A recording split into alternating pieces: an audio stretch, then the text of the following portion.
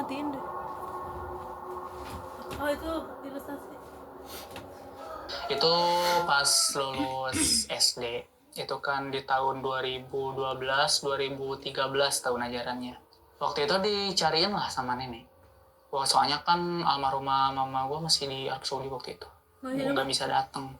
Sedangkan gue lagi ngurus-ngurus kelulusan SD itu. Jadi nenek mau gak mau nyariin kobong.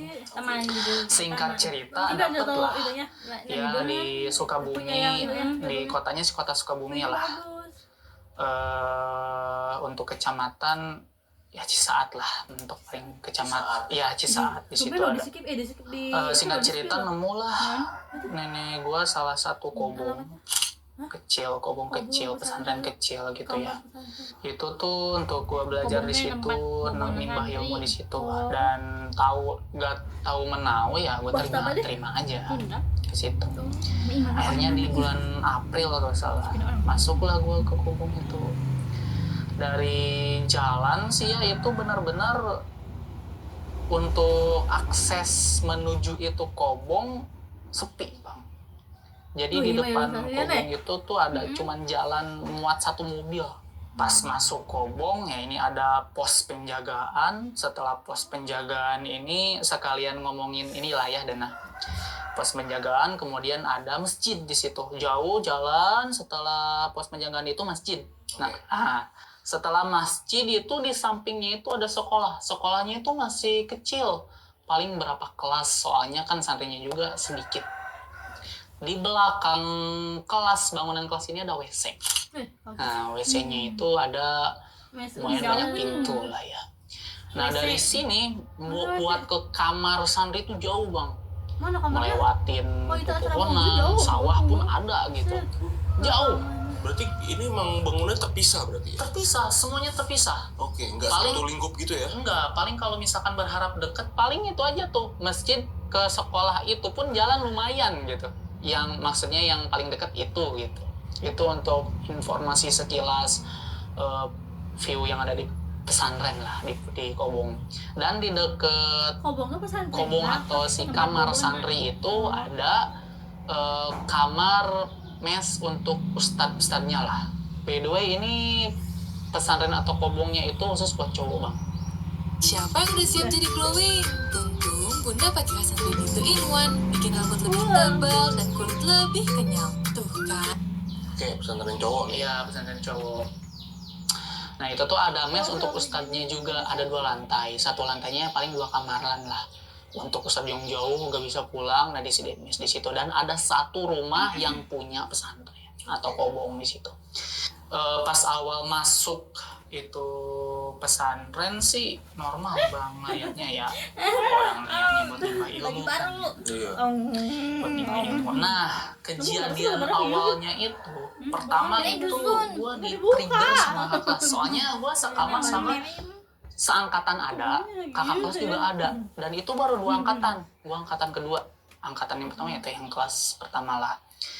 Ada satu kakak kelas yang nge-trigger, Dek katanya, kalau misalkan mau aktivitas jangan malam-malam, terutama di area kelas ataupun WC yang di belakang kelas itu. Ya pokoknya jangan katanya. Di situ gue agak berani nanya apa-apa, gue yayain aja, gue juga gak tahu menau lah ya dan gak mau tahu. Pokoknya gue niat nimba ilmu aja sih. Kebetulan waktu itu malam Jumat bang, hari Kamis mau ke malam Jumat, cucian banyak bang. Dan gue full day itu ya belajar gitu ya. Gak ada baju buat besok, buat hari Jumat. Akhirnya maksain malam nyuci. Nah ini awal kejadian sih. Kebetulan kalau santri yang lain itu setelah sholat isya itu paling mereka tuh kumpul di masjid paling ngaji Al-Quran gitu yang biasa. Nah paling mereka tuh ngaji sampai jam 8-an. Setelah jam 8 itu peraturan itu di pesantren tuh jam 8 tuh semua santri harus tidur. Oke. Harus ke kamar, gak boleh di luar kamar pokoknya. daripada gue ngabisin waktu setelah sholat isya, gue nggak ngaji dulu atau apa, gue langsung ke kamar. Karena kan dari masjid jauh tuh ke kamar, ngelewatin depan pintu, ngambil cucian, balik lagi ke WC jauh lagi. Sebetulnya ada si toilet deket itu asrama, deket asrama tuh ada toilet, tapi nggak enak buat nyuci. Soalnya kan kenapa gue lebih milih yang di belakang sekolah, soalnya itu udah satu paket bang. Ada buat nyuci, ada toiletnya, dan di atasnya ada jemuran. Oke. Iya, jadi sepaket. Nah langsung lah gue nyuci di situ. Dan fun fact-nya gue nyuci sambil mandi bang. Maaf ya, sambil mandi. Berarti dalam WC dong, nggak di luar WC gitu, di dalam WC. Walaupun di luar WC itu bisa nyuci. Di dalam sambil mandi itu, ketika gue normal ya nyuci, dan ketika gue di tahap meres pakaian, itu mungkin abang tahu pintu yang terbuat dari seng tuh. Iya. Nah, kalau kita ketuk pelan aja pasti kedengaran dong. Ya, Tang gitu kan ya. Ini dari luar ada yang monjok bang. Ditonjok 3 kali. Dia 3 kali. Di situ gue mikirnya yang baik-baik dulu aja. Husnuzon gue. Mungkin itu kakak kelas jahil atau seangkatan pengen kenalan, malu makanya nonjok pintu. Gue lanjut nyuci. Gak lama dari situ nonjok lagi, lebih kenceng dong. Lu kebayang dong itu dari seng, sedangkan dalam WC kan sempit, pening dong pala ya kan. Iya. Untuk telinga tuh tonjok 3 kali, 3 kali lagi. Di situ gue mulai teriak tuh dari dalam, siapa? Gak ada yang jawab. Ketiga kalinya nih gue keluar. Oke. Gue keluar, gue cek itu WC, banyak kan pintu, satu persatu pintu gue cek, gak ada. Sampai ke depan kelas gue cek. Dari jauhan dateng tuh yang bertugas malam kan, keamanan gitu, yang di itu pesantren, lari. Kenapa? Gue gak berani cerita karena itu mah paling jaya, gak apa-apa. Lu lagi ngapain? Bukannya harus tidur? Gue lihat jam udah lebih dari mau jam 9 itu. Lagi nyuci. Oh jangan lu balik ke kamar. Enggak, gue mau nyuci. Tapi lu besok dihukum ya. Ya gak apa-apa, daripada cucian gue gak dijemur kan sayang. Akhirnya gue balik lagi. Nah pas ngejemur nih, kan ke atas nih. Ke atas jemuran. Ke atas si WC itu kan ada jemuran, naik ke atas. Deket tempat gue mau ngejemur itu ada toren bang. Dan itu tuh ditahan pakai besi-besi gitu. Jadi dia ketahan si toren besar itu tuh sama besi-besi itu. Tinggi, dan kalau misalkan kita mau ngecek atau apa toren itu kita harus naik dulu. Nah gue ngejemur nih, jemuran gue banyak, seember cat yang tinggi itu penuh tuh baju semua. Gue jemur lah, hanger juga gue bawa banyak. Gue jemurin satu persatu ya kan, normal. Pas di jemuran terakhir nih, iya sih gue ngeliat nih, wah masih aman.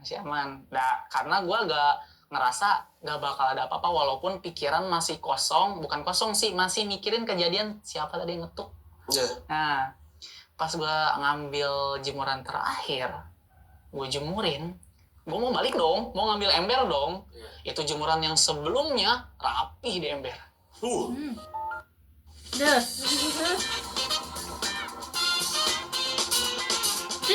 Kelewatan sih.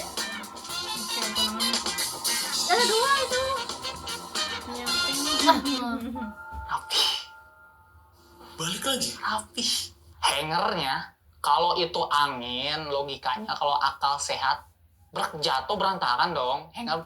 Ini dia si cucian di ember rapi, hangernya juga di samping ember rapi. Dan oke lah, lu gak bisa, lu gak ngelihat apa yang di samping jemuran itu. Kalian sih segini mah, sekaliat. Tapi gak tahu tuh yang sebelah kan banyak kan tuh ngederet jemuran gue semua itu. Di jemuran itu ketika kita mau nyantolin si jemuran punya gue tuh kan besi gitu ya, jadi enak gitu nyantolinnya gitu. Jadi ngapain juga kan, itu mah udah selesai gitu. Berarti nggak bunyi juga ya, nggak ada bunyi apapun ya? Karena besi kan tadi kan? Iya, dan hanger gue tuh kawat atau besi sih yang yang kawat. Jadi kalau jatuh lebih kedenger dong. Nah itu baru pertama kali, ya udahlah itu mungkin angin. Gue masih husnuzon nih. Masih, walaupun tangan udah agak gemeter, ini apa, belum lagi yang kepikiran di WC yang nonjok tuh. Udah gue jemur lagi aja kedua kalinya. Setelah kelar, itu lagi, rapi. Yang ketiga kalinya nih, gue masih sabar nih.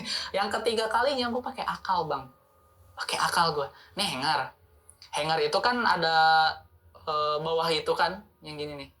Baju gue kebanyakan itu baju yang tangan panjang kayak gini nih. Ini kan gue lipet nih panjang kan. Nah si tangan panjangnya itu gue ikat ke hanger yang dalam. Oke. Ngerti gak maksud lu? Ya. Ngerti lah ya. Gue ikat biar kalaupun itu jatuh, dia gak misah ke hangernya. Pas gue yang terakhir, gue sengaja tuh baju yang besar dulu. Sisa-sisanya kayak daleman gitu terakhir. Nah, pas yang terakhir, si daleman tuh aman. Sisanya di ember lagi. Gue kesel di situ, gue tendang gitu ember. Ngamuk di situ. Ada sih basah kotor, tapi ya itulah. Siapa lu sini berantem sama gue? Dari situ, dari ngomong gue kayak gitu, nantang kan, itu kayak nantang kan. Si Toran yang tadi gue ceritain tuh, dari dalam tuh kayak ada yang nonjok. Tapi itu kalau di dalam ada orang, itu tuh orang penuh bang. Itu sampai airnya aja di atas tuh keluar-keluar. Karena si keran dari, pusatnya tuh belum dimatiin. Mungkin sama si yang bagian, belum keliling mungkin itunya. Si pengamannya. Gua kepo, gua naik lah. Itu kan lumayan tinggi, ada si besi-besi dulu yang itu. Gua naik tuh. Buka atas tuh toran, dibuka kan. Pas dilihat, penuh air, gak ada apa-apa. Padahal tuh kenceng 3 kali, terus. Maksudnya, banyak lah ketukannya, tonjokannya. Ternyata bukan di situ. Oke. Pas gua cek ke belakang toran, itu tuh di belakang toran tuh ada tembok. Tapi ada space lah. Kayak buat bisa lah 1 orang di situ diem. Pas gua lihat ke belakangnya, itu tuh ada anak kecil jongkok, gak tahu tuyul gak tahu apa, dia ngadep ke tembok bang, bukan ngadepnya ke toren ya, karena kan di belakang toren ada tembok tuh, ada space buat 1 orang, dia ngadep ke tembok. Pas gua lihat dia lagi ngadep ke tembok, mungkin dia nyadar kehadiran gua, dia ngadep ke gua, kan gua di atas tuh di toren, kan dia di bawah di situ tuh. Nah, ngadep ke atas, wajahnya rata. Dan dia tuh kayak mau gapai gua, kayak berusaha naik itu toran, itu si besi itu kayak mau naik. Gua gak mikirin ada besi, gua gak mikirin itu tinggi, gua loncat. Gua tinggalin jemuran, gua tinggalin alat mandi yang biasa kan gua tadi mandi sambil nyuci sambil mandi gitu. Tinggalin semua di situ, gua lari ke depan. Sampai depan kelas, gua kan di situ kayak terengah-engah ya, capean gitu. Datang tuh penjaga keamanan yang bagian malam. Nanya, kenapa lu? Bukannya tadi gua udah suruh ke kamar lu? Di situ gua gak berani cerita bang. Karena mungkin ya gak tahu, gua gak tahu dia si bagian keamanan ini gak tahu dia kekejadian, gak tahu mungkin nih anak kenapa-napa gitu. Akhirnya gua dianterin ke asrama.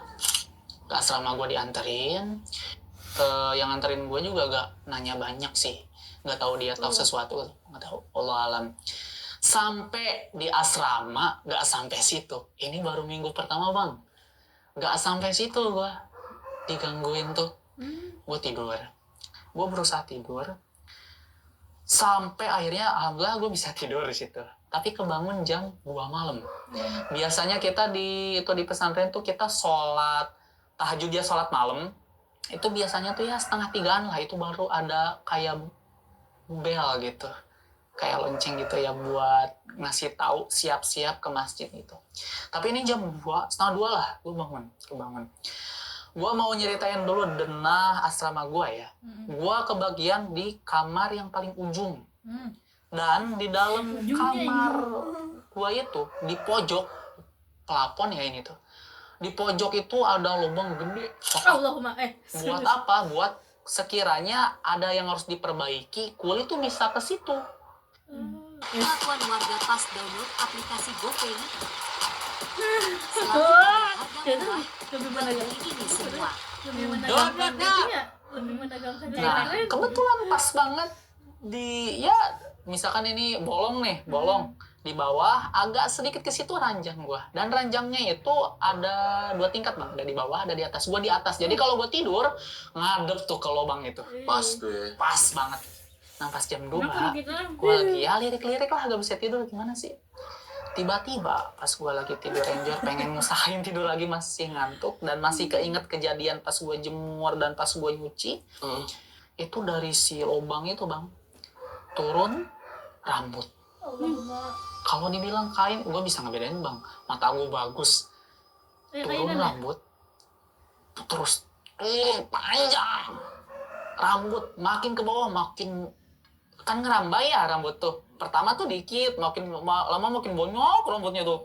Ngerambai ke bawah. Walaupun gue lagi tiduran gini, gue bisa nebak itu pasti nyampe lantai pasti. Soalnya lama banget turunnya. Turun gitu. Nah, di akhir nih nongol tuh bang. Kepala cewek. Iya, Kepala cewek turun. Dan ini yang paling setengah wajahnya itu sempurna bang. Maksudnya normal gini, mata ya alhamdulillah gitu ya sini. Tapi setengahnya hancur. Setengah normal, setengah hancur, liatin ke gua. Dan yang mata yang normalnya melotot ke gua. Dari situ gua teriak sambil teriak aja sekencang-kencangnya, berharap ada orang gitu. Karena itu emang ya pada tidur kan. Mungkin otomatis mereka yang bangun, gak bangun. Terutama yang ranjangnya di atas. Langsung nyamperin ke gua kan, loncat-loncat ranjang tuh bisa tuh ke gua. Nyamperin gua, kenapa lu? Gua kan gua gini ya, teriak, gua nutupin mata, datang seseorang teman kamar seasrama. Pas gua buka itu normal bang, nggak ada apa-apa. Sekamar berapa orang tuh? 10 lah, 10 ya 10 ada. Berarti sekitar ada 5 ranjang ya. Dan lemari-lemarinya. Akhirnya dibiarin lah, udah gak apa-apa lah, mungkin ini si Isal mimpi atau gimana. Biarin aja biar istirahat. Dari situ gue bisa tidur sampai nunggu datang waktunya sholat malam berjamaah di masjid. Oke. Dan dari kejadian situ gue sendiri aja bang, pasti gue sendiri aja, entah itu di asrama, di kelas, di WC, gue sendiri aja pasti ada. Contoh misalkan kebetulan waktu itu tuh mau makan malam tapi habis maghrib. Oke. Ya makan malam, biasanya kan makan malam itu di pesantren gue yang itu tuh biasanya habis sholat isya bang. Jadi habis sholat maghrib itu kita ngaji kitab kuning dulu, ngaji Quran dulu. Kali ini kita habis maghrib tuh makan dulu. Katanya sih mau ada acara taklim habis sholat isya, jadi digantilah gitu. Dan gue pengen lah lebih ngedeketin diri ke Tuhan gue, gitu. Tuhan kita gitu, Allah gitu ya. Dengan cara baca Quran gitu, zikir, dan santri tuh makan langsung semua. Kan di dapur tuh lumayan rebutan gitu, yang ngantri gitu ya, mungkin mereka gak mau males ngantri gitu. Gue masih baca Quran dan otomatis gue ke asrama terakhir. Sedih macam-macam ketika gue jalan dari ini masjid ke asrama kan gue lewatin tuh pepohonan ini deh. Cuman ada penerangan satu, ini tengah-tengah banget, satu tiang listrik, dan itu pun pakai lampu warna kuning kecil. Nah kebetulan pas banget ngelewatin itu tiang listrik, mati lampu. Mati lampu, lari kan gue, lari karena masih trauma kejadian sebelumnya. Lari ke kamar. Dari luar kamar asrama itu sih udah gak ada siapa-siapa ya, udah gak ada santri, mungkin udah pada makan, udah pada di dapur. Pas masuk ke asrama gua, assalamualaikum, ada yang jawab, waalaikumsalam. Yang ngomong bang, lu Faisal bukan? Iya, kenapa? Tolong ambilin makan dong, gua sakit, gak kuat, gua jalan ke dapur. Gua tanya lah, ya udah piring lu di mana?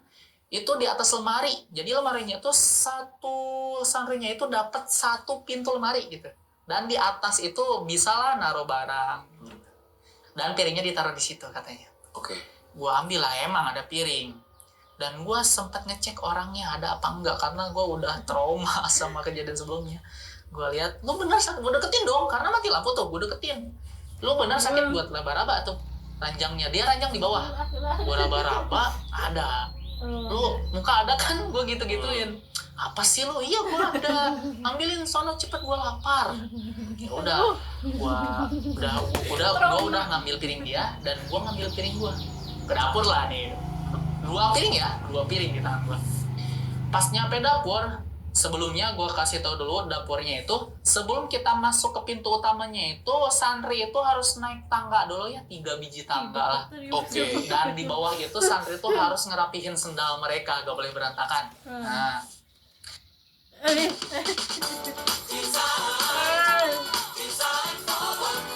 coba ya mari masuk iklan.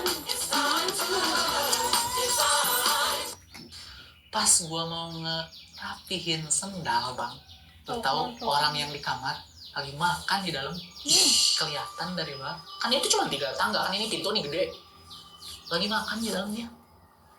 Ya makanya gue nanya nama, ngecek orangnya, namanya Fulan ya, si Fulan itu. Dan si Fulan itu ada di dapur lagi makan santai, ngobrol sambil ngobrol. Di situ gue cengok, pengen naik, takutnya itu yang lagi makan setan, takutnya yang asli di kamar. Ya udahlah gue datangin, gue langsung datengin orangnya. Tapi gue nggak langsung nanya, bukannya lu tadi di kamar? Enggak. Gue nanya gini, kan itu seasrama ya, sekamar. Bang, kata gue, ya napa Sal? Di asrama kita, di kamar kita ada yang sakit gak sih? Gue gituin. Ah, nggak ada, orang ini semua yang sekamar sama kita, seasrama sama kita nih barengan kok. Sama gua nih ke dapur. Tadi siapa yang di kamar? Terus dia nanya, tadi gua bawa 2 piring kan? Bawa 2 piring. Dia pakai piring siapa itu? Dia nanya si Fulan ini, Sal, apa? Itu di tangan kanan lu apaan? Jadi kresek bang. Biasanya gue kalau bawa kresek ke dapur itu, biasanya kalau gue dikasih sesuatu sama nenek gue tuh kayak kentang Mustafa, gue suka kentang Mustafa. Biasanya gue masukin kresek. Itu kentang Mustafa bukan salah katanya. Minta dong, nah. Gue buka dong. Gue tahu apa isinya? Belatung, busuk. Sedapur langsung nyebar baunya, langsung ngamuk. Gue yang diamuk. Siapa itu ngamuk? Gue yang dihukum. Gue dihukumnya apa? Ngebersihin itu satu dapur sendiri. Orang lain udah pada ke masjid, gue masih bersihin dapur sendiri, gak ada siapapun. Gara-gara bau itu ya? Kayak, udah belum di situ, belum di dapur nih. Gue nyapu dulu dong ya, nyapu dulu biasa, masukin tempat sampah. Habis itu, ini dapur sih nggak semuanya lantai dari keramik, ada juga kayak anyaman-anyaman, lo tau gak? Rumah-rumah dulu tuh. Ya. Nah gitu, ada sebagian pakai anyaman. Tapi ini gue pengen ngepel bagian yang ada keramik aja. Betul. Gue ngambil empelan dong. Di dapur itu ada tempat buat penyimpanan alat kebersihan, sapu, empelan, semuanya di situ lah. Gede kan, bisa dibuka gini. Kalaupun ada orang yang mau ngumpet di dalam situ, 3 orang muat. Oke, gede. Nah, gue mau ngambil ngasal kan masih rasa kesel ada. Rasa ngeri ada, trauma masih ada. Gue masukin sapu. Ini dibuka net ini. Gue masukin sapu. Wajah gue kesana. Karena masih kesel. Ini nih dalam lemari. Wajah gue kesana. Gak ngeliat dalam lemari. Ya, gue mau ngambil empelan. Kalau misalkan mau ngambil empelan, ini si tangan tuh masuk dong. Betul. Masuk. Karena 3 orang pun muat. Ini kan ada yang ngasih. Ada yang ngasih. Orang masuk aja belum nih tangan. Baru buka gini, gue tutup lagi, gue jalan, baru ngeh. Lah, kok gini ya? Kata gue, nggak biasa nih. Soalnya gue juga punya jadwal piket buat itu di dapur, karena gue dihukum aja, makanya gue sendiri. Gitu. Akhirnya gue cek lagi bang. Itu sebelum gue cek, lemari gini. Lemari gerak sendiri, ke kiri ke kanan. Angin nggak ada apa. Bodo amat kan, gue buka. Ternyata cewek yang gue lihat yang keluar kepalanya di kamar gue waktu itu. Di apa? Kamar. Situ dia. Bolong. Dengan setengah muka hancurnya. Yang di kamar ya.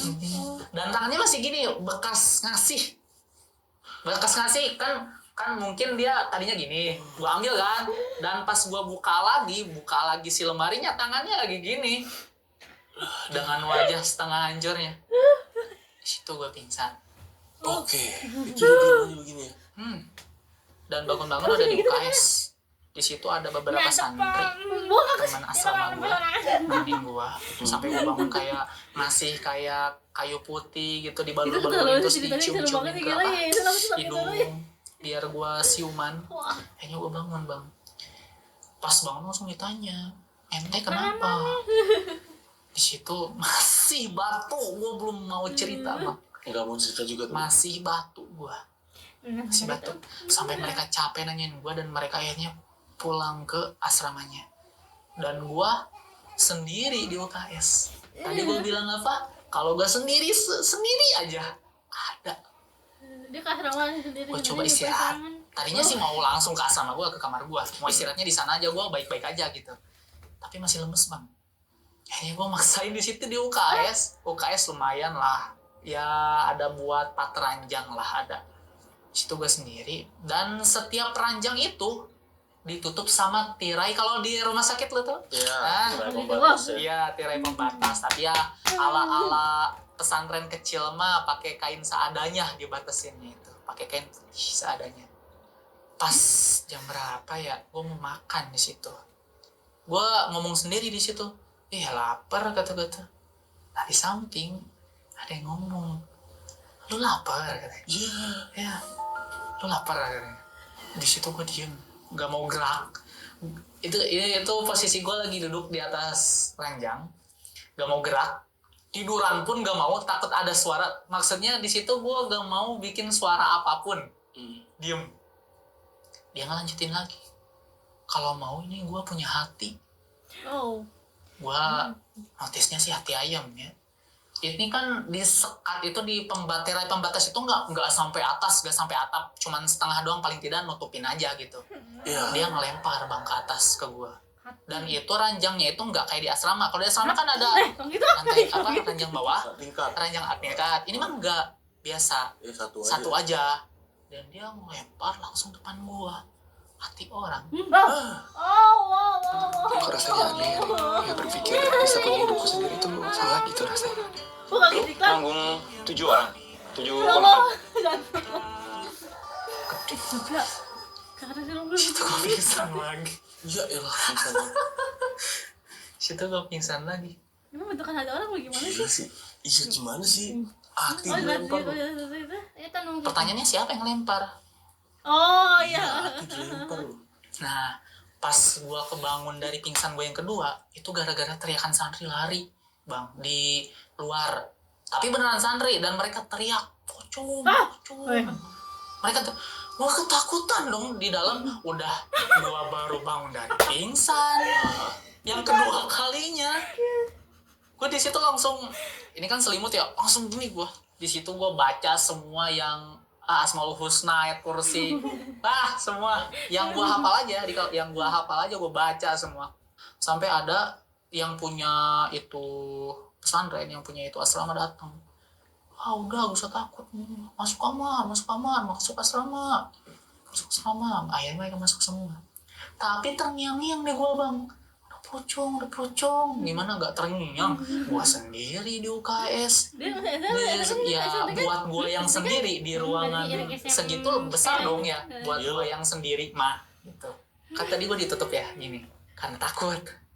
Pas gua buka bang, tahu pocongnya berdiri depan gua. Nyamperin gila. Di depan, ini ranjang. Depan. Tinggi banget. Cuma cerita doang tuh. Dan dia tuh kayak ngeliat ke bawah ke gua gitu. Serem banget, serem banget. Gak nyampe, lu cerita Pocong itu serem kan banget. kalau misalkan kita ngebayangin instan, mungkin kayak putih tinggi gitu ya. Enggak, Tapi dia udah kayak ya berapa macam nggak ada darah tanah nggak ada gitu. obatnya bang. Dan Dia mukanya dia busuk. di jam screen mah kayak darah. Tapi ya melototnya itu yang jelas ke gua. Enggak kayak si Nadia udah Umar ya, pasang dia situ, buang. nggak lama sih. Yang Yang itu keren nggak banget. lama. Langsung hilang pas gua lihat udah nggak ada. Serius. Di situ gua gak bisa tidur semalaman nunggu sholat malam berjamaah lagi. Lu masih belum bisa balik ke kamar tuh bang waktu itu. Setelah kejadian itu kan gue langsung ke asrama tuh ngambil baju buat sholat. Setelah dari situ pengen gue sakit beneran, pengen gue gara-gara pingsan atau apa, gak mau gue balik lagi. Iyalah. Apalagi dalam kurung sendiri. Enggak. Weh.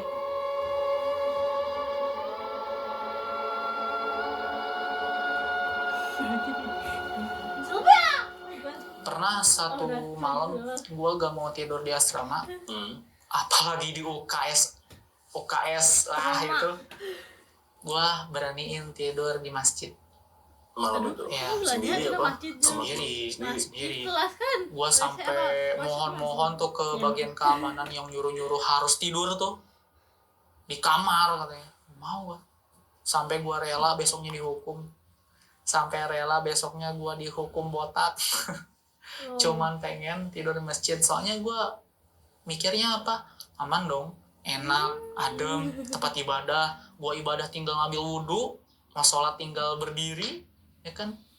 Akhirnya gue ngaji lah di situ. Sampai tengah malam gue paksain walaupun udah ngantuk ngaji. Mungkin gue ngelihat itu karena dosa gue sendiri. Mungkin Allah pengen ngingetin gue gitu biar ningkatin lagi iman lu gitu, ibadah lagi gitu. Dan sampai malam itu gue ngaji gak berhenti sampai gue di surat Al-Jin, Bang. Oke. Gue nyampe di surat Al-Jin. Gue diduduk paling depan masjid dekat tempat imam. Ini kan tempat imam nih depan, nih belakangnya banget gue saf pertama lah. Ya barisan pertama gue duduk situ. Duduk ya kan manis buat ngaji. Nyampe lah ketika di surat Al-Jin. Dari belakang tuh kayak ada yang ngelempar kerikil, Bang, kecil. Kena kepala.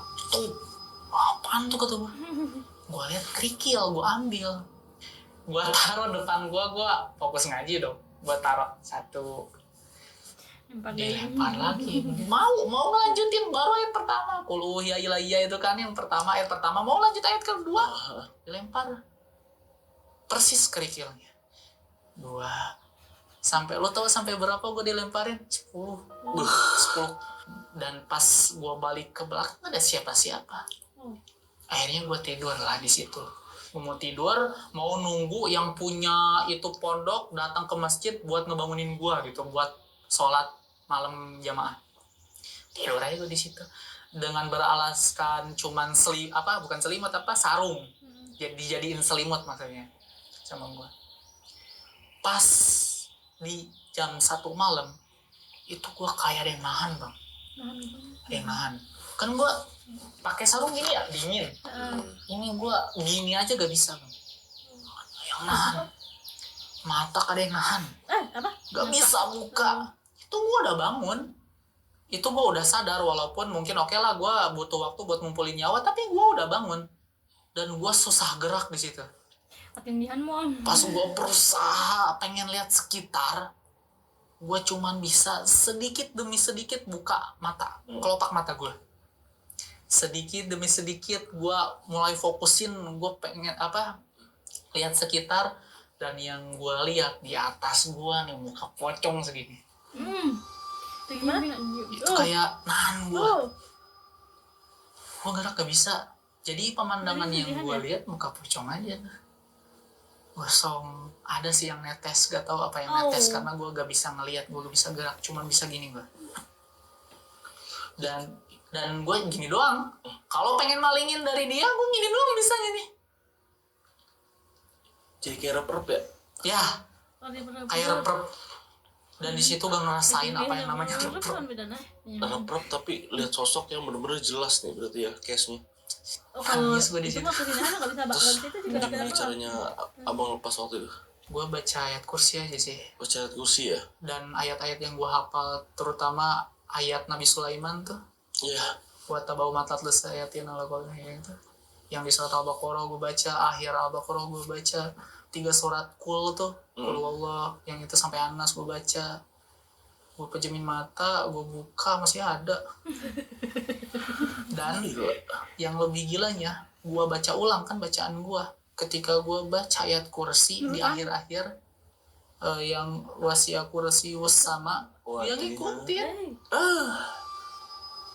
Dan pas gue nutup mata gue yang kedua kalinya, gue buka, Enggak sih, sebelum buka gue coba gerak bisa nih tangan baru tangan yang bisa. Tapi gue belum berani buka mata. Tangan yang kiri, kaki bisa digerakin, baru deh mata gak ada. Oh. Situ gue shock iya, nangis iya, cowok nangis cemen banget gue. Gue lah sama cewek lah semua. Pocong depan momok. Akhirnya gak lama dari situ datang yang punya pondok buat ngimamin itu kan, dan dia udah ngebelin lonceng yang di asrama tuh buat bangun santri. Lonceng di asrama. Udah bukan lonceng sih, iya kayak apa ya, bel lah ya. Iya, bel. Bel buat ngebangunin lah, yang sekiranya ngebisingin santri biar bangun sholat malam berjamaah. Datang tuh beliau, Ustadz Fulan lah nama samaran. Oke. Ya dia nanya, sebelum nanya dia merhatiin mata gue dulu. Mata antum kenapa full hitam? Allah Akbar. Ini ada putihnya kan? Hitam tengah doang bulat. Nih. Mata antum kenapa hitam semua? Gue di situ panik bang. Gue sempet lari-larian di masjid itu, panik gak tau mau kemana. Gue kayak kacau gue. Kacau parah. Di situ gue ditenangin sama Ustadz Fulan itu, dibacain gue ayat suci Al-Quran. Adem banget gue, yang gue rasain tuh adem. Pas gue mata gue dibuka, alhamdulillah normal lagi. Berarti surat apa inget gak lu? Di situ gue gak inget surat apa. Gue yang ada gue kacau. Yang terakhir ya paling pas gue ngerasa adem, dan di surat-surat terakhir itu kayaknya sih ayat Nabi Sulaiman sih. Nabi Sulaiman. Iya. Ya itu, seingat gue ya. Maaf nih kalau gue salah, seingat gue aja, karena wah kacau bang. Lagi kacau. Lu kebayang gak sih, lu kedenger mata lu kenapa hitam semua? Panik. Terus si Ustadz Fulan ini ngasih tahu ke gue, ya udah mulai sekarang mah, katanya setiap mau sholat malam itu bareng aja ya sama saya. Tapi bukan di masjid ini, katanya. Saya mana, kata gue. Besok datang ke rumah saya, ke sepemilik itu pesantren atau pondok pesantren itu. Jam 1 malam bang gue datang. Waduh. 1 malam gue ketok kan, dengan adab kan gue diajarin tuh. Waalaikumsalam, assalamualaikum, waalaikumsalam. Iya, dia udah wangi banget dah. Pakai jubah yang buat sholat tuh, yang sampai bawah tuh, warna putih. Gamis. Ya gamis. Iya gamis. Jubah. Gamis. Soalnya kita santri di sana nyebutnya jubah bang. Iya bisa juga sih jubah, nggak iya. salah sih. Tapi mungkin lebih ininya familiarnya gamis lah. Gamis putih. Pakai sorban. Masya Allah lah. Ini gue diajak kayak ikut. Di jauh dari pesantren kan, ini jalan bang, ini pondok pesantren, jauh ke sana ini asrama, jauh lagi ke sana itu ada sungai. Sungai alami, banyak batu gede di sana. Ya, kegambar lah ya. Ketombe basah balik-balik lagi. Mungkin shampoo kamu nggak 100%. Ayo kita cek. Move On ke Head and Shoulders. Menghilangkan ketombe basah dengan 100%. Melindungi kulit kepala hingga 48 jam supaya ketombe basah dan gatal nggak balik-balik lagi. Head and Shoulders. Batuk dan pilek mengganggu keluarga.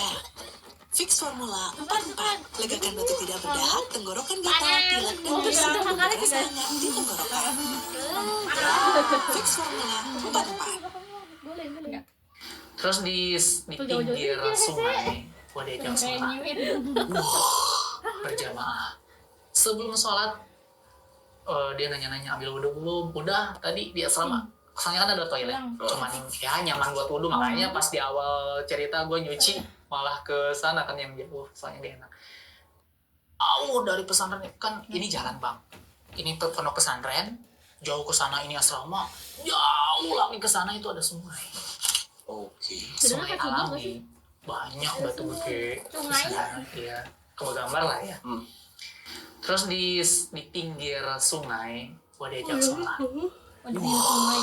berjamaah. Di pinggir sungai. Sebelum sholat Dia nanya-nanya ambil wudhu belum, udah Nah, tadi di asrama tadi. soalnya kan ada toilet, cuman ya nyaman buat wudhu, makanya pas di awal cerita gue nyuci malah ke sana kan yang jauh, soalnya gak enak. Soalnya paling cuma buat pipis, BAB, sama buat wudhu lah, itu enaknya kalau di dekat asrama. Udah wudhu lagi sekarang, tapi di air yang di sini. Oke. Yang air kan sejuk tuh, malam. Dingin tuh. Nih pelan-pelan katanya, pelan-pelan wudhunya, rasain antum emang lagi wudhu katanya. Rasain niat yang emang bener mau ibadah. Udahlah gue ikutin aja ya kan. Sholat. Akhirnya siap lah mau sholat. Gue kira jamaah bang. Antum sendiri yang sholat di sini. Set. Ustaz, bener ini anak sendiri. Iya, bener. Kenapa? Antum ragu? Jangan ragu sama Allah katanya. Gue digituin kan. Silakan sholat katanya. Ana nunggu sebelah sana. Dia nunjuk jauh bang. Dia nunjuk jauh, gue takut ditinggalin dong sendiri. Tapi balik fokus ke arahan dia. Ustaz Fulan ini yang punya. Gue sholat lah. Pas gue takbir bang. Allahu Akbar yang pertama. Itu biasa aja. Sampai pas gue bangkit dari sujud di rakaat pertama. Itu ada yang ngikutin bang. Allahu Akbar. Iya. Ini gue Allah. Satu. Pas gue sujud yang kedua, Allahu Akbar. Bangkit dari sujud yang kedua tuh, berdua di belakang. Makin ramai. Pas gue kan itu dari sujud kedua langsung berdiri kan, Allah. Oke. Itu di belakang gue ngerasa kayak rame bang. Kayak rame. Parah. Apalagi pas gue salam bang. Itu kan 2 rakaat doang ya gue sholat. Bener-bener gue berusaha niatin banget buat siapa gue sholat di situ. Pas gue salam assalamualaikum. Itu hening di belakang. Ustadz Fulan datang.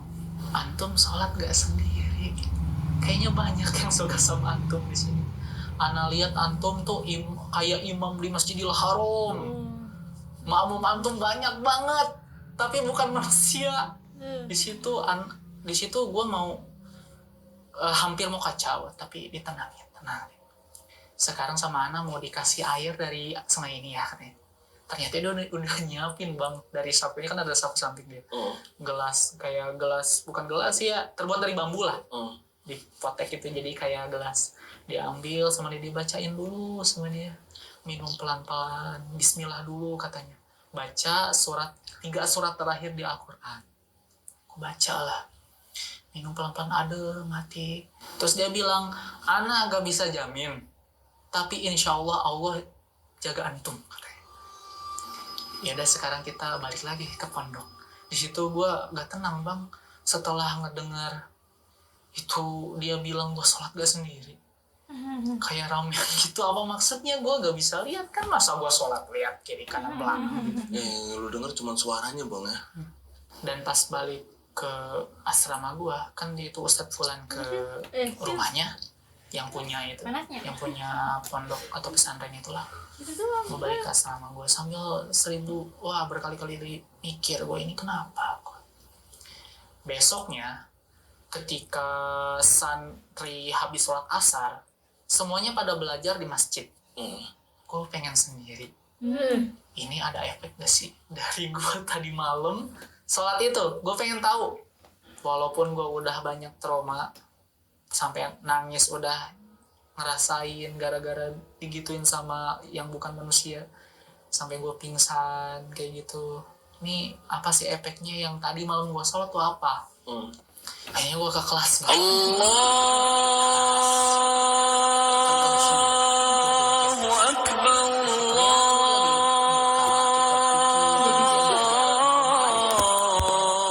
Di dalam kelas itu ada tempat buat naro barang-barang kebersihan. Tapi lemarinya gak sebesar kayak di dapur. Ini dia lebih kecil karena cuma di kelas doang. Paling isinya cuma kayak sapu, kemoceng gitu ya. Sama empelan. itu lemari, pas gue duduk di situ beberapa menit, itu lemari Cuma dia malas banget. nggak bisa diem bang, Tutupnya segan, tutupnya dulu. nggak bisa diem dia. Kita buka. Gue buka lemari nggak ada apa-apa. Makanya ditutupan. Gue coba buat tenang lagi, belajar lagi, gerak lagi. Pas ketiga kalinya itu nggak tahu kenapa gue ngerasa kayak ada yang ngelewatin gue, dan dia tuh kan itu si WC itu yang buat ngejemur itu kan di belakang sekolah. Nah ini kan kelas gue, ini depan kelas, belakang kelas itu bisa ngeliat ke WC karena ada jendela. Nah ada jendela, jadi kita bisa ngeliat lah WC gitu dari si kelas itu deh. Itu tuh yang kayak ngelewat itu tuh kayak dia lewat jendela itu. Soalnya kenapa gue ngerasa gitu? Pertama perasaan, yang kedua itu jendela tadinya dia mek. Itu dia buka, tutup lagi. Kayak ada orang yang berusaha keluar dari jendela, tahu jendelanya dibukanya segede apa kalau ada yang mau masuk atau keluar dari itu ruangan. Mek. Ih, males banget. Nah, terus gak tahu kenapa ini perasaan gua kok tuh makhluk kayak mau ke WC. Karena kan di belakang WC, kan biasanya kata ustadz atau kata orang-orang ke WC itu salah satu tempat favorit jin kan ya, katanya gitu, katanya. Karena lembab. Kayak akan lembab gitu gini. Boleh. Gua kepo di situ. Skip lah. Orang mahasiswa kepo ya. Akhirnya Paus. meriksain semua pintu WC sebanyak itu, gua periksain gak ada siapa-siapa, orang semua santri lagi pada belajar di masjid gitu, sama ustadz-ustadznya. Akhirnya gua ke tempat gua ngejemur yang kata tadi di awal gue ceritain. Ya. Gua ngeliat di situ sekitaran sambil gua istighfar, ini gua kenapa ya kata gua tuh. Dan di situ tiba-tiba gue mikir gue kenapa kesini gitu. Sedangkan kalau gue sendiri pasti ada. Dan kejadian lagi kedua kalinya ada yang manjok toren dari dalam. Oke, itu berulang nih. Iya berulang yang pertama tadi. Tapi gue gak mau basa-basi, gue gak mau naik ke atas, susah-susah ke atas buka toren lihat gak ada apa-apa. Gue langsung ke belakang bang. Gak perlu naik kan tuh, tinggal ngelilingin aja. Di situ gue ngeliat orang, satu orang yang mana tubuhnya itu copot-copot bang. Gimana? Copot-copot. Gimana ya? Kepala ya kepala, tangannya tangan, tapi di bawah. Kepala, tangan gini-gini. Oh berserakan dia. Berserakan. Gua orang Sunda jadi kurang terbiasa ngomong Indo. Maaf ya gua. Ini dia berserakan. Kepala ya kepala, badannya badan. Tangannya tangan, kaki ya kaki, dan anehnya itu kan itu terpisah. Itu tuh dia tuh kayak berusaha ngerangkak ke gua. Kayak ini putus nih, bayang ini putus, tapi dia kayak nempel, kayak nggak putus, tapi gua mastiin itu putus. Segila itu gua diganggu. Gua di situ nggak mau lari, gua di situ coba mencerna apa sih maksud tujuan Ustadz Fulan yang tadi malam ngajak gua sholat sendiri itu apa maksudnya? Apakah yang melatih gimana atau gimana gitu kan? Gua keinget kata-katanya, niat ibadah lu buat siapa? Niat ibadah ente buat siapa? Ketika di hati gua tekenin gua ibadah buat Allah, nggak ada bang.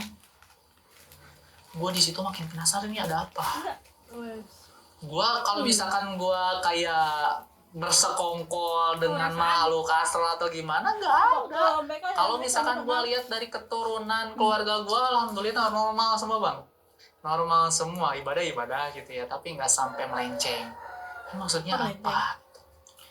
Finali sampai akhirnya ada sebuah acara di masjid yang mana ngewajibin semua santri itu hadir. Entah itu santri, entah itu ustadz harus hadir. Kecuali kalau emang keberatan datang, entah itu adalah acara keluarga di luar pesantren, entah itu emang dia sakit, gak apa-apa. Tapi ini wajib harus datang. Yaitu kita santri nyebutnya itu muhadoroh.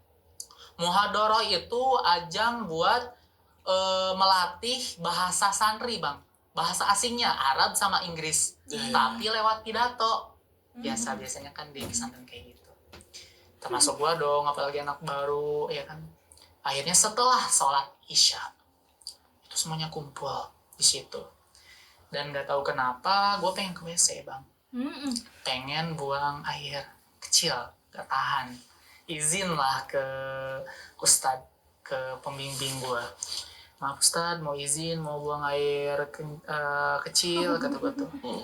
Waktu antum 1 menit ya, padahal lumayan tuh dari masjid ke WC kan. Ya ada beberapa jarak meter kan, langkah lumayan itu harus lari ya kan. Akhirnya gue lari bang ke WC, lari. Alhamdulillah, dari situ gak ada apa-apa, padahal gue sendirian. Di WC gak ada siapa-siapa, gue sendiri bang. Gue selesai hajat gue yang dari WC itu, buang air kecil, alhamdulillah udah selesai. Pas keluar ada kakak kelas, berdua bertiga gitu, kakak kelas yang lebih senior ketimbang gue. Tiba-tiba ngajak gue bang. Tadinya awalnya sih nanya, lo habis ngapain? Kata gue, buang air kecil. Mau ikut gak? Katanya.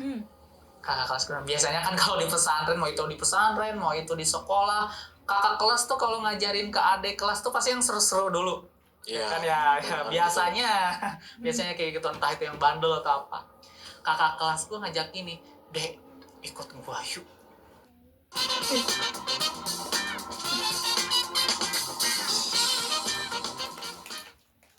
Kita ke asrama aja lah, ke kamar tidur aja. Gua punya snack di sana. Kayak kopi, walaupun gua gak ngopi bang, kayak gitu-gini, tapi dia punya kopi, katanya gua punya kopi, terus gini, terus kita mau ikut yuk. Daripada muhadoroh, daripada itu ikut acara, males ya kan? Gua iyain bang. Tapi kata si kakak kelas ini, kita jalannya muter. Kan ini masjid ya. Kalau mau ke Kobonget, kalau mau ke asrama ya tinggal lurus ya, jauh gitu. Ini kita ngelewatin ke sini, ngelewatin sekolah, ngelewatin dulu WC yang belakang sekolah, dan kita tuh pasti ngelewatin dulu mes atau tempat tinggalnya ustadz-ustadz yang di pesantren situ. Jadi ada beda jalan. Soalnya kenapa ngajak ke situ? Takutnya ketahuan katanya, karena emang otak-otak jahil awalnya kan, pengen otak bandit. Iya, otak bandel gitu. Akhirnya kita muter, pas nyampe pas banget depan itu kamar atau mesnya ustadz. Itu kan ada 2 lantai bang, satu lantainya tuh ada 2 kamar lah, dan ada 2 lantai. Tangganya itu ada 2. Lewat tengah satu, tangga gini nih, tengah gitu yang normal. Tangga yang satunya lewat belakang, tapi tangga yang belakang itu muter. Tahu kan? Yang tangga muter tuh. Ya tangga outdoor gitu. Yang gitu, yang warna yang dari besi itu, biasanya warna itu. Nah kita lewat situ bang, naik ke atas. Kenapa kita naik ke atas? Soalnya pas banget kita di bawah, di depan itu tempat tinggalnya ustadz, itu di lantai atas, di pojok itu bukan nyala lampu, tapi ketika ruangan, satu-satunya ruangan nyala dan dinyalain itu cuma lilin. Tahu kan gimana? Nah, kita kepo. Soalnya kenapa kita kepo? Ketika si santri itu ada acara di masjid, apapun itu ada acara, semua lampu di luar masjid itu wajib mati. Wajib dimatiin. Dan ini kenapa kok kayak ada lilin nyala? Nah, di situ kakak kelas gua kepo, Bang. Cek yuk, kayaknya ada ustadz yang gak ikut acara, kita jahilin. Niatnya kan gitu, santri disuruh, masa ustadznya enggak? Ya kan gitu pikiran. Akhirnya kita lewat belakang yang tangga muter itu. Pas nyampe banget depan kamarnya atau depan ruangannya, itu kita ya diem-diem lah. Kita kontrol langkah kita biar apa gitu ya. Lo tahu bang yang tempat, kan biasanya kunci kalau dimasukin tipis ya lubang kuncinya. Lo tahu gak lubang kunci yang zaman dulu tuh? Yang gerigi tuh. Iya. Kita bisa ngintip kan? Bisa. Gede itu lubang. Gede. Ya kan kita bisa ngintip. Akhirnya gua intip bang. Pas gua intip di situ ada 1 orang megang kayak, lo tahu kalau orang Cina lagi ibadah megang lilin apa tuh? Yang Hio, gue gak tahu sih, yang kayak gitu banyak di tangannya. Dia kayak duduk tapi bukan duduk kakinya gini, kedua kakinya gini, maksudnya kayak sila gitu, bukan sila sih. Ya kayak pemain bola abis ngegolin lah. Iya gitu. Dia posisi duduknya kayak gitu, dan di tangannya megang hio itu banyak. Di depannya itu kayak ada, gak tahu sih gua kurang jelas, tapi kayak ada garisan kapur, lu tahu kapur putih? Iya. Nah, itu kayak dia tuh bikin bintang. Dan Titanic. yang lebih bikin gua shock lagi, yang bikin gua teriak parah di situ, itu ada kepala orang Di mananya? di meja. Kan dia gitu kan duduknya kayak ini meja nih. Dia gini-gini, pakai apa tuh hiu? Ya kan? Alah bang. Gua santri yang matanya bagus. Gua bisa bedain mana kepala mainan, mana kepala yang kalau misalkan kita di mall ada orang-orangan tuh apa namanya? Manekin. Manekin. Gua bisa ngebedain mana manekin, mana orang asli. Itu kepala doang. Kayak di meja terus dinampanin pakai piring gede. Dan itu anak kecil perempuan. Gue di situ teriak sekeras-kerasnya. Gue gak tahu yang di dalam dia kayak kaget atau gimana, gue gak tahu. Pokoknya setelah lihat, gue liatin sekitar, gue jauhin tutup pintu, teriak ngebeter di situ. Gue sempat jongkok bentar, ngeliat kakak kelas gue. Mungkin karena mereka nggak dengar teriakan gue, mereka lari. Gue sempet jongkok, usaha lari bang. Usaha lari walaupun ini kayak saking gemeternya, saking itu udah di luar akal sehat manusia bang. Dan fun fact-nya bang, sebelum gue ceritain yang final ini nih, yang bikin gue keluar dari pesantren itu. Oke. Seminggu sebelum gue ngintip itu kejadian, ada anak masyarakat sekitar yang hilang. Itu yang kepalanya itu ya. Di situ belum ketahuan. Gua belum bisa langsung ngejudge. Dan gua langsung lari dong ke masjid yang tempat-tempat semua ustadz di situ. Kakak kelas gua udah kemana ya kan, ninggalin gua. Mereka yang ngajak ini. Gua lari, tengah-tengah, ditanya sama ustadz yang punya itu pondok. Antum kenapa? Di situ gua bisa ngapa-ngapain bang. Di situ, di situ gue teriak bang di masjid. Aneh ngeliat kepala orang buntung. Semua santri pengen ngerumunin gue, pengen kayak tahu kan betapa keponya orang. Kalau di santri netizen kayak gitu, pasti ini ustadz dia inisiatif narik gue dibawa ke rumahnya. Dan ustadz ini tuh alhamdulillahnya kayaknya dia tuh sempet mau kabur. Dan dia tuh sempat ngunci pintunya lah dari luar. Dan dia tuh salahnya kaburnya malah ke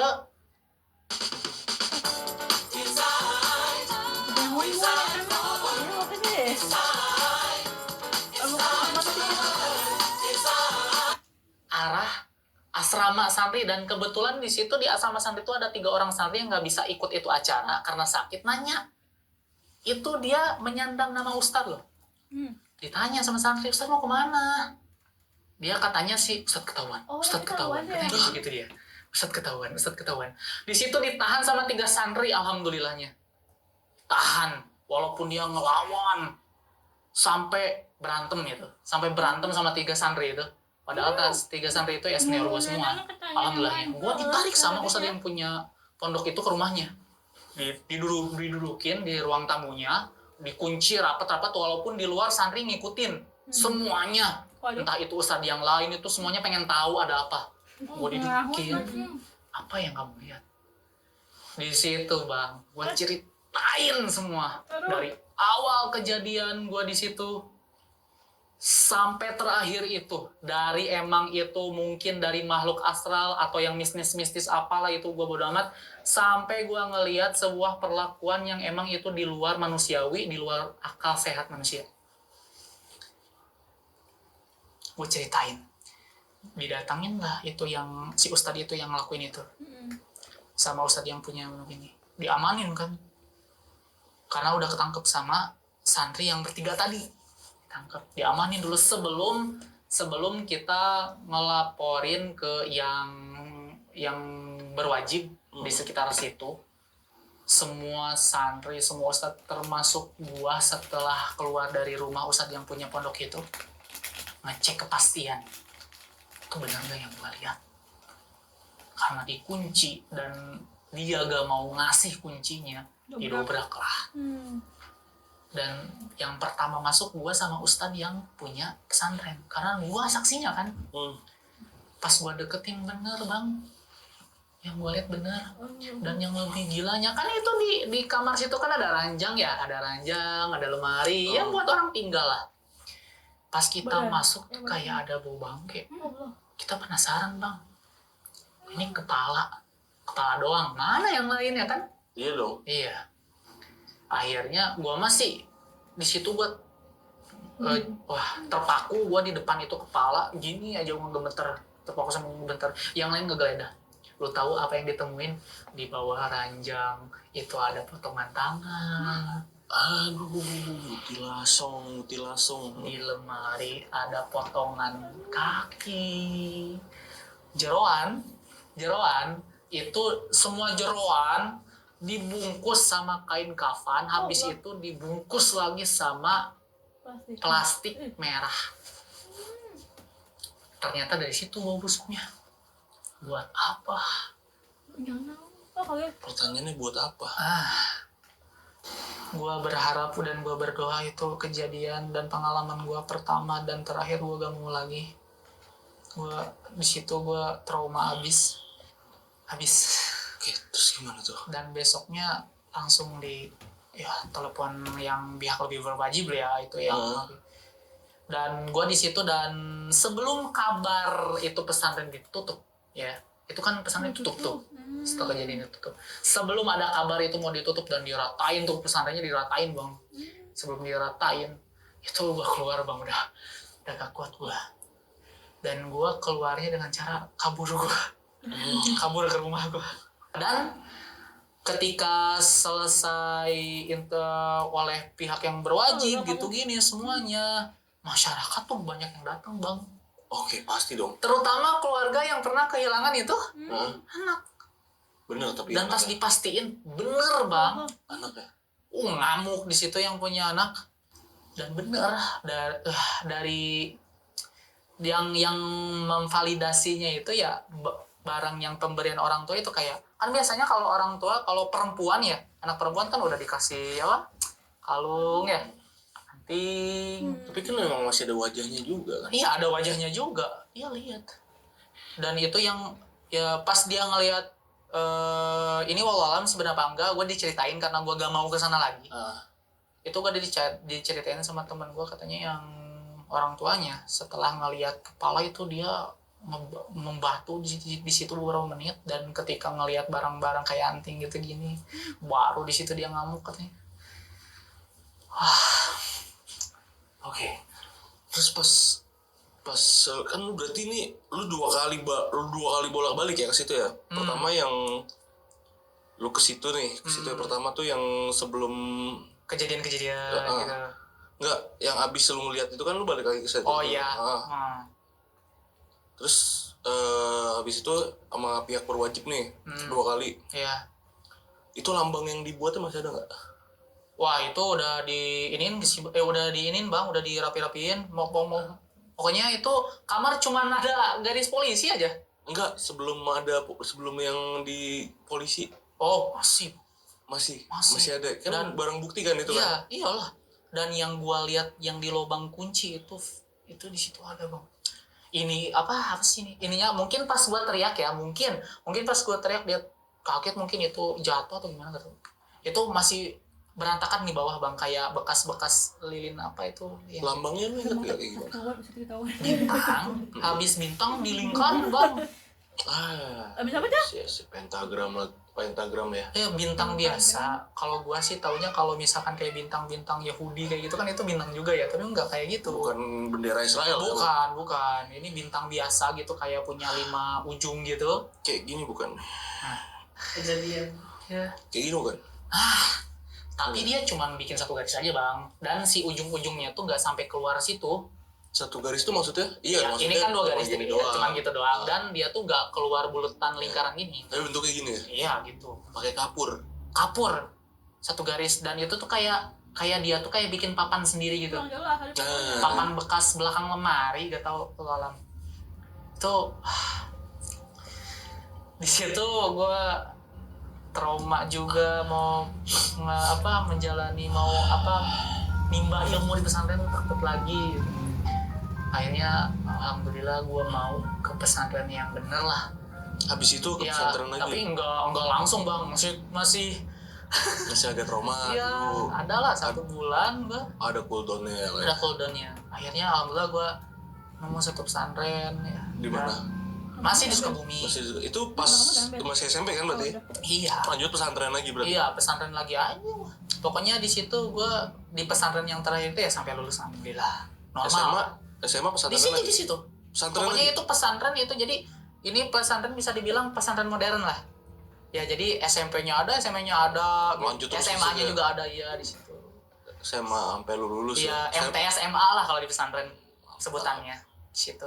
Alhamdulillah di situ normal sampai gua lulus. Nah, yang berarti akhirnya citra pesantren yang tadinya lu mikir gara-gara lu trauma sama oknum nih, satu oknum ustadz lah kita sebut ya. Sebetulnya insya Allah lembaga apapun itu pasti bagus, tapi yang bikin jelek tuh oknum sih. Ada aja pasti. Iya. Sebetulnya itu pesantren bagus bang. Dari yang punyanya aja baik kan, kayak beliau tuh masya Allah gitu. Alhamdulillah ibadahnya ketat, qiyamulailnya gak pernah dilewati sama beliau, ngimamin terus, sholat subuh juga. Dan beliau tuh hafid ya, hafal 30 juz Al-Quran, beliau juga masya Allah baik. Tapi gara-gara satu oknum ini tapi dia jadi kena nggak sih yang punyanya? Kena. Yang punyanya itu ditanya-tanya dulu, sempet ya, tapi alhamdulillah sih ujung-ujungnya dia nggak kena hukum dan dia pulang ke kota asalnya. Oke nih bang, mungkin yang terakhir nih bang, gue mau nanya-nanya tentang si pelakunya nih, si Ustadz ini. Okay. Ini manggilnya Ustadz ini. Ya Ustadz Fulan lah ya, kita itu sama. Manggilnya Ustadz Fulan lah ya, si pelakunya ini. Sebelumnya ada kecurigaan nggak sama dia? Sebelumnya ya? Paling ya. Dia itu kan biasanya kalau santri itu habis sholat subuh nih, biasanya ngaji berkelompok di masjid. Biasa kan dia aroma pesantren pasti kayak gitu, habis subuh yang ngaji berkelompok gitu, bikin lingkaran gitu kan ya. Dan itu yang bikin ngesnya itu adalah ustadz gua.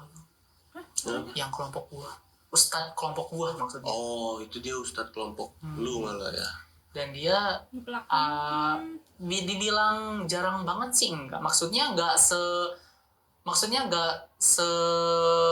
datang orang ya. Orang mah kan yang ustadz kelompok lain mah kan pasti datang gitu. Mau hari apapun itu, setiap hari maksudnya. Absen terus maksudnya ada terus gitu. Nah, kalau dia nih Bang, si Ustadz Fulan ini kadang ada, kadang nggak ada, dan besoknya pas dia ada, gue suka nanya Bang, Ustadz kemana kemarin? Wah, nggak perlu tahu. Oh, dia jawab gitu. Iya, nggak perlu tahu. Antum masih kecil katanya. Oke. Udah dong, kalau gue nanya biasa gitu langsung dikatain begitu, ya udahlah kata gitu, mungkin ada masalah. Emang kita dulu masih kecil, masih. Iya sih benar ya, masih kecil. Iya. Tapi ya berarti emang nggak ada kecurigaan sebenarnya. Iya. Tapi kejadian-kejadian horor yang lu alamin juga sebenarnya dari pesantren itu udah agak angker ya sebenarnya ya. Mungkin ya karena sebelum itu pesantren dibangun, katanya sih kayak tanah kosong aja sih Bang, kayak banyak pepohonan, ada pohon beringin, pohon gede-gede gitu, pohon besar. Dan memang tapi kejadian-kejadian horor juga agak relate ya, tentang yang tadi kan ada Ati dilempar tuh. Makanya, Bobby itu apa emang ada hubungannya sama si korban kan ya? Kalau alam sih Bang, gue sampai sekarang nggak ada berani-berani gue mau nyangkut-nyangkutin pautin, nggak mau. Oke, Sobat Lonceng, itu tadi cerita dari Bang Isal ya tentang kejadian-kejadian horor yang dialami di pesantren. Jadi buat Sobat Lonceng yang udah nonton video ini dari awal sampai habis, gimana pendapat kalian? Tulis di kolom komentar. Kalau kalian suka sama video ini, jangan lupa kalian like video dan ucapin banyak terima kasih sama Bang Isal. Bang, makasih banget ya. Makasih juga nih datang ke sini repot-repot di sini sama teteh yang baik hati di sana, masya Allah. Abangnya juga ini jauh-jauh datang ke sini ya kan dari Sukabumi nih buat kesini buat ceritain buat sahabat lonceng terutama buat nih thank you banget ya bang ya. Dan buat sahabat lonceng juga yang pengen jadi narasumber datang langsung ke sini buat cerita. Caranya gampang banget, kalian bisa ke Instagram kita dulu di @loncengmisri. Jangan lupa di follow dulu Instagramnya lalu klik link yang di bio-nya itu. Oke, akhir kata gue Gilang izin pamit.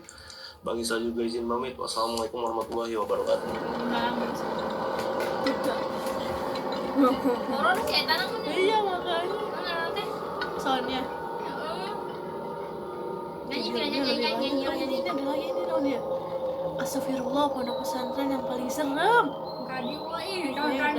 Beda. Coba. Kita sekilas. Oh yang udah lulus kuliah. Kakak bangga loh sama kamu deh. Tuh sih beda. Tuh. Katanya itu list kita nonton. Oh nanti lagi. Bohong ente, bohong. Kan nggak tahu emang masih inget nonton video ya. Enak ya. Nonton film, nonton horor dengan Pina. Ya suka analis. Tanggal berapa kita ketemu? Irahabayan. Irahabayan emang nggak pasti berarti. Pasti dah. Kan setidaknya aku penalis. Kan listnya terus ada tanggalnya. Nggak usah aku mah. Oh, ada tanggalnya. Setidaknya minimal tuh tanggal segini kita harus ketemu. Nanti nonton di kalender apa di apa itunya? Enggak, notepad. Oh, aduh lupa. Wow. Dengan Pina. Sil, kamu suka itu nggak sih? Suka ngaca? Suka itu nggak sih kayak? Jibe enggak. Cilok gua enggak. Apa yang kamu cilok gua? Kita mati. Tapi nak ngomong lanjut. Ceblak bukan TI. Kamu kenapa nggak ngajak aku nyeblak? Tadi ngomong ada aku nyeblak. Kamu suka itu nggak sih? Kayak kamu ngaca nih. Nah, wih cakep banget. Terus lihat kamera. Ini kamu gini. Ih cantik banget. Makin cantik gitu. Nah ya gitu. Kebalikan ya maksudnya. Kebalikan. Tulisan punya kaca. Pada kameramen juga, iya saya emang itu orang ya. Aduh. Coba ini maskan. Kita sudah bermain.